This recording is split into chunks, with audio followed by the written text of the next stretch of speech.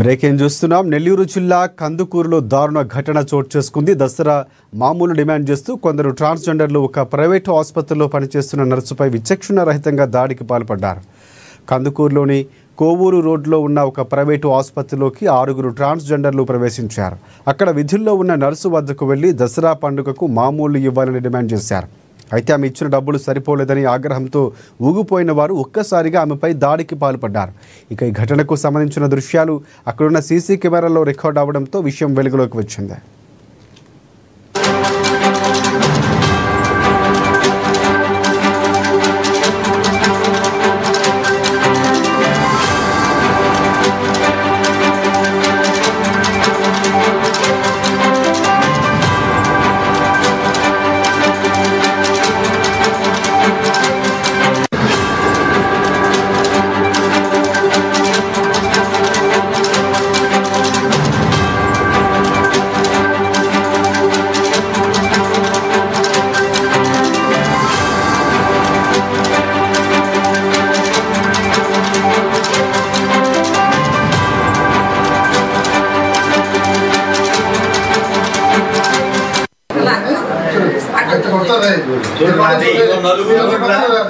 పక్కన ఏం చేస్తారా కొంతమంది ఎంత మనుషులు పాప ముసలి